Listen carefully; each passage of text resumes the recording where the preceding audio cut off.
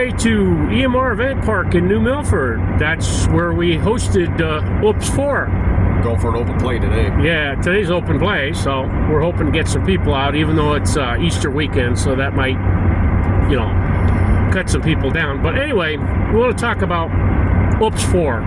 That was held on the 12th of this month, April. Kind of rainy, kind of wet. We actually had snow driving up, and we thought we were going to have snow when we got up there, but it wasn't too bad. It was actually, the weather wasn't too bad. Like, it rained for a little bit, but then it stopped.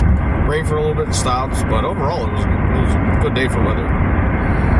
And I think that's what kept a lot of people away. We had like six of our group that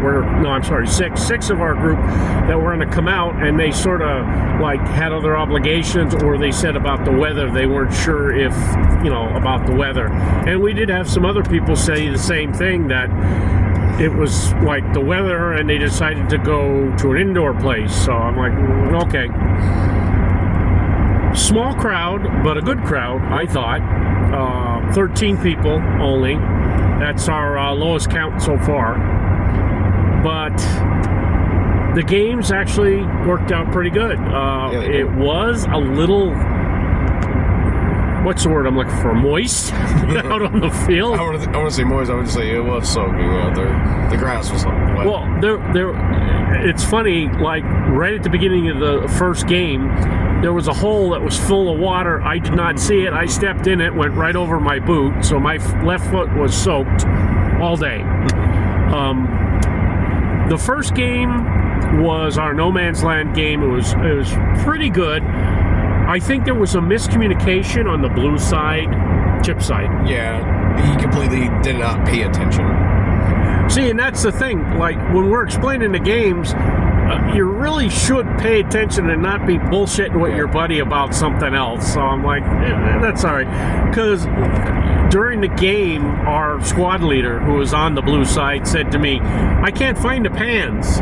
So I went over and stood next to one so he could see where it was. And he still did not get the idea that he had to take the flag off the one post to put it to the other post.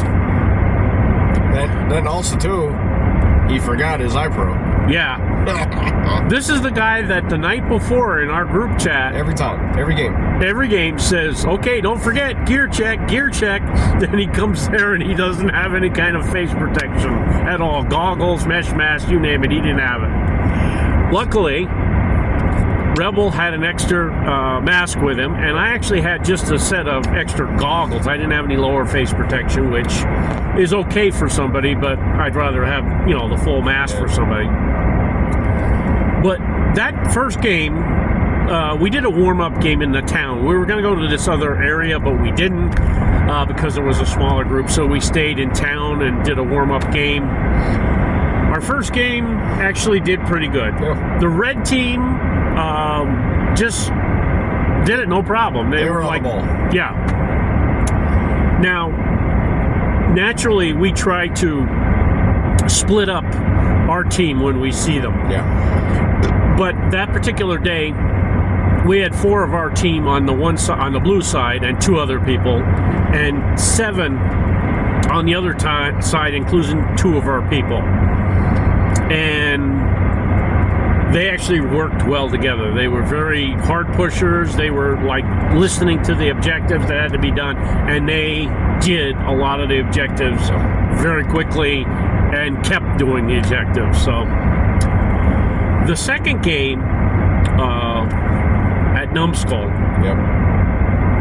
was a bomb game. And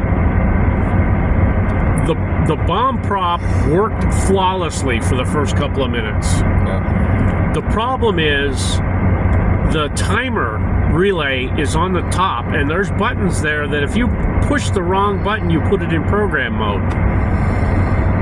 Well, the blue side came over and ran into the bomb, knocked it off the stand.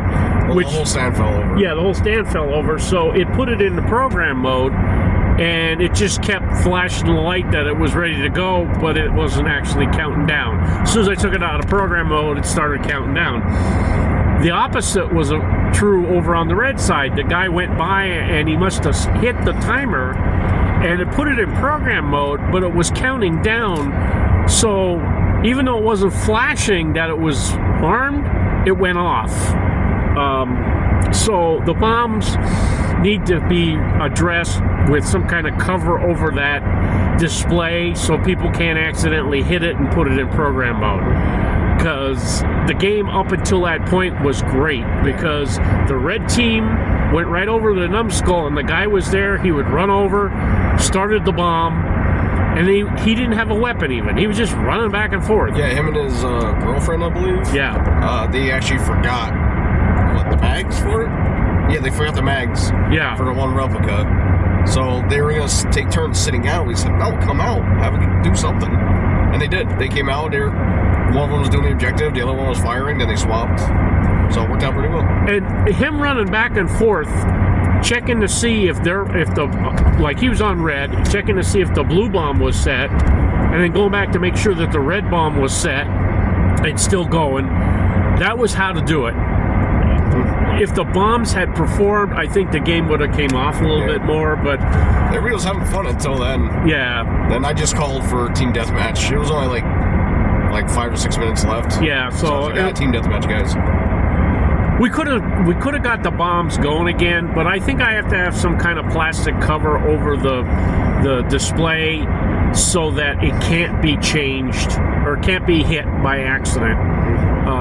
I got to find a way to be able to latch so you can lift it up to change the time, because it was set at 5 minutes. And we have an idea to how to secure the stand better too. Yeah, the stand was actually screwed fast, and we took the screws out to transport, and we figured, the stand will stand without much trouble. But if you have somebody that bumps into it, they could knock it over. So what we're going to do is put a bolt through it with a wing nut so we can take it apart as we're traveling.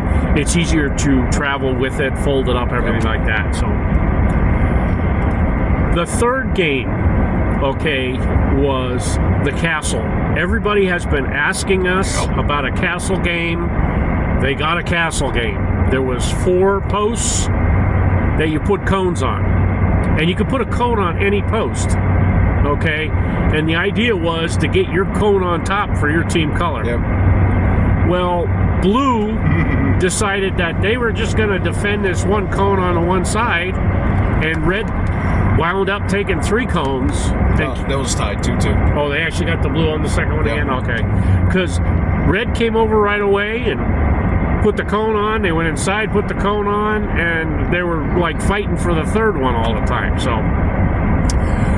and I want to mention that on each game, starting with No Man's Land and then Numbskull, there was alternate props out on the field. The first game, it was a 2-man carry crate, which the red team grabbed and ran back to their spawn, no problem. Second one was a laptop, which the blue team found. And at the castle game, it was 2 ammo cans painted the color of the team with patches in it. O.O.P.S patches. So the red team, when they're looking at the map there, and I'm telling them that the ammo can is in one of these 3 spots. Well, that's also what we did too. But you make it easier. We on the maps on the spawn points, we put circles there, so it was an idea where it could be. Not exact location, but it close. gave them an idea.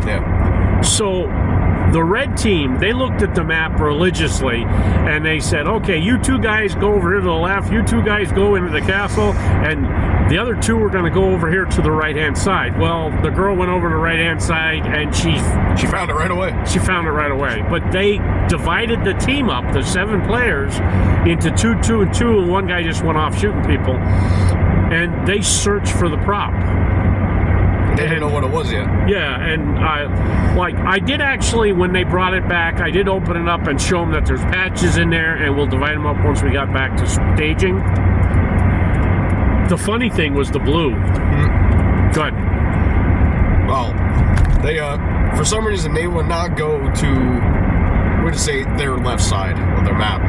They just did not, one went there, put a cone on, and and they never came back. No. So he actually coerced with somebody else. I said, come over here, put a cone on. I said, look over there. Had to actually point him at the spot. Yeah. I don't want to not finding it.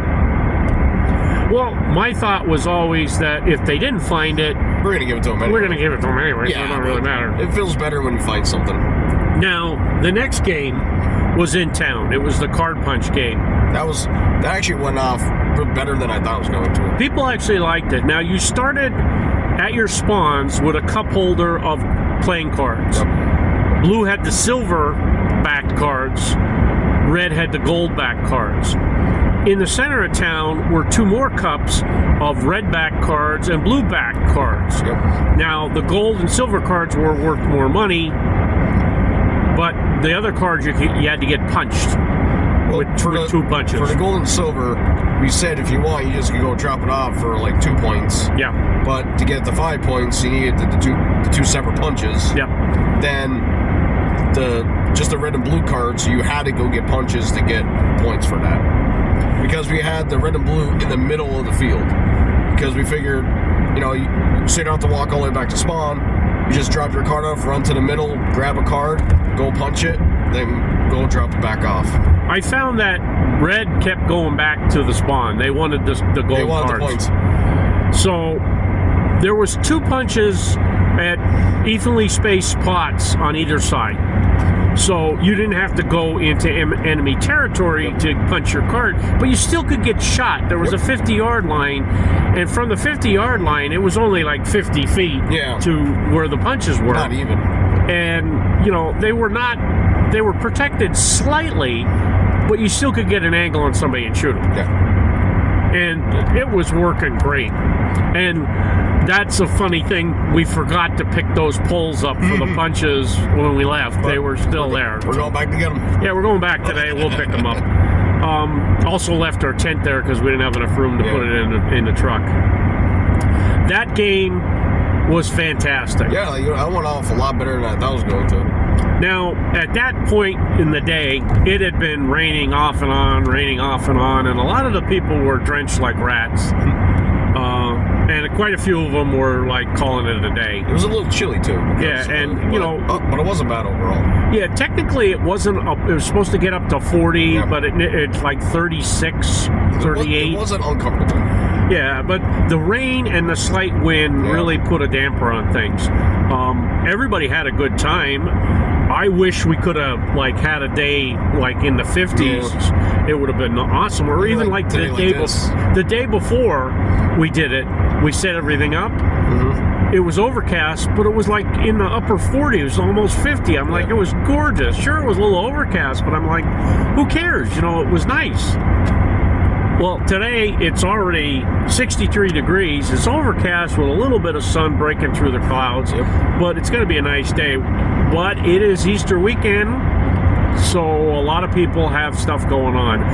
I said to Kevin once that, it would have been nice if we had it the next weekend, but then I'm thinking about it. If we would have had the thing this weekend, nobody would have showed up. No. So it was a good day. Other than the weather, and we've had horrible weather every time we start an O.O.P.S season. So, well, maybe what do you got to do? It's an omen. Yeah, because usually they get better as we go. But now we are going to be doing one in June, on June 21st at EMR and Event Park in New Milford. We'd like to see some people out there if we can. That's going to be O.O.P.S 5 Heat. High Energy Attack Terrain. We just wanted to make an acronym for HEAT. And we did. Yeah. We are doing more of a zoned approach where there's missions that have to move from zone to zone to zone. It sounds like it would make a lot of movement for people. They're going to have to work with each other on this. I think it's going to be good. We're also trying, and I say trying, to get our team, the Patriots, as a third faction to harass the people as they're trying to get the objectives. Well, not really harass, just to slow them down a little. Yeah, you want to slow them down. We're not making them so that it's impossible. Yeah, they want to we're going to tell our Patriots when they're shooting at people, don't hide so you're just barely peeking out. Step out from cover and shoot at somebody so you're wide open, because you're going to get shot.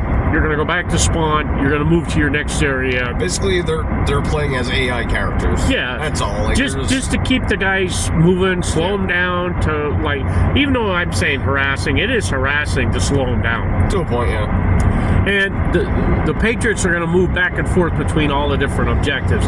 Now, each team can have its own objective, or if we don't get enough people, we will have all the people versus the Patriots. Yeah. And then it'll be more fighting. Yeah. So more combat. Yeah, it'll be more of a fun day. We're hoping that there's a big truck pulling in front of us real close. Okay. We're hoping that we get a large contingent of our team out, and if we do, it'll be real fun for the attacking people. If we don't get a lot of people out for the Patriot or for the third team, I think we're going to have to maybe draw from like the other team and say, can three you come over and help us with this objective for the day? Hopefully, we got enough people. So I think it's going to be fun if we do. Yeah. But I think the zones that we've created or that he's created and the gameplay that we got planned for June is going to be a lot of fun. I hope so. So, other than the negative aspect of the bombs failing and a little bit of the weather being a pain in the butt, I think everything went off perfect. The players had a map at spawn, which sometimes helped the people. Like, some of these people look at this map like it's like etched in stone, and Kevin made them up just as a guide to where stuff is. I keep telling people it is not 100% accurate. Yeah, so I'm like, don't like say, oh, it's right near the wall. No, that's not exactly right. It's close. But... Yeah. The idea is that we give people something visual to look at, and they have a good time because they have a map and they're able to go back and forth. Now, in the new one in June coming up, there's going to be several maps that the guys will have to move from objective to an area to an area to an area. Objective to objective to objective. Yeah. So there's going to be like 3 points that they're going to have to move to for each mission. And they're going to be moving all over the field. It ain't going to be just fight one area and call it good. It's going to be move here, move here, move here. And I think that's going to be a lot of fun because it's more of a almost like a milsim objective, more objective type based games, which I think everybody likes. So I hope we see some people out here for June. And if you have any questions, I'm going to link the game on Facebook event page, and we're going to link O.O.P.S Central, which is our Facebook page, main Facebook page for this game. If you have any questions or anything like that, there is an email link as well. Send us an email, and we'll see if we can answer you. All right. So this has been Rebel and Keeper heading up the EMR. Hopefully, we'll see you out there, and have a good day.